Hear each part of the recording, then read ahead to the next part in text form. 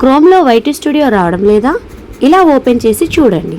First chrome on చేసి Google ఉంది కదా, అది క్రోమ్ ఆన్ చేయంగానే అక్కడ వైటీ స్టూడియో అని అయితే టైప్ చేయండి. ఈ వైటీ స్టూడియో ఓపెన్ చేయంగానే మనకి యూట్యూబ్ వైటీ స్టూడియో అని వచ్చింది. సో ఇది నా ఛానల్ నేమ్ అనమాట. ఈ విధంగా మన వైటీ స్టూడియో ఆన్ అయ్యాక వన్స్ బ్యాక్ వెళ్ళి మళ్ళీ ఇది స్క్రోల్ అప్ చేయాలన్నమాట. చేశాక ఇక్కడ గూగుల్ హెల్ప్ అని ఉంది, అది మనకు సపోర్ట్ ఉందో లేదో చూపిస్తుంది అనమాట. ఫస్ట్ ఆన్ చేయంగానే కొంచెం టైం తీసుకొని వైటీ స్టూడియో అయితే ఓపెన్ అయిపోతుంది. ఈ విధంగా ఓపెన్ అయ్యాక ఈ విధంగా రివ్యూ డీటెయిల్స్ అనేది వస్తుంది, దాని మీద క్లిక్ చేయాలి. క్లిక్ చేశాక ఈ విధంగా అయితే ఓపెన్ అవుతుంది. సో అవన్నీ కంటిన్యూ చేయాలి. చేశాక మన వైటీ స్టూడియో అయితే ఆన్ అయ్యింది.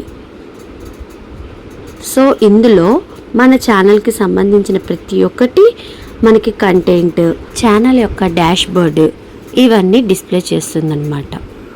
సో తర్వాత కంటెంట్ మనం ఏదైతే చేస్తామో అది ప్రతిదీ ఇలా మనకి ఇక్కడ ఈ విధంగా అయితే చూసుకోగలుగుతాము.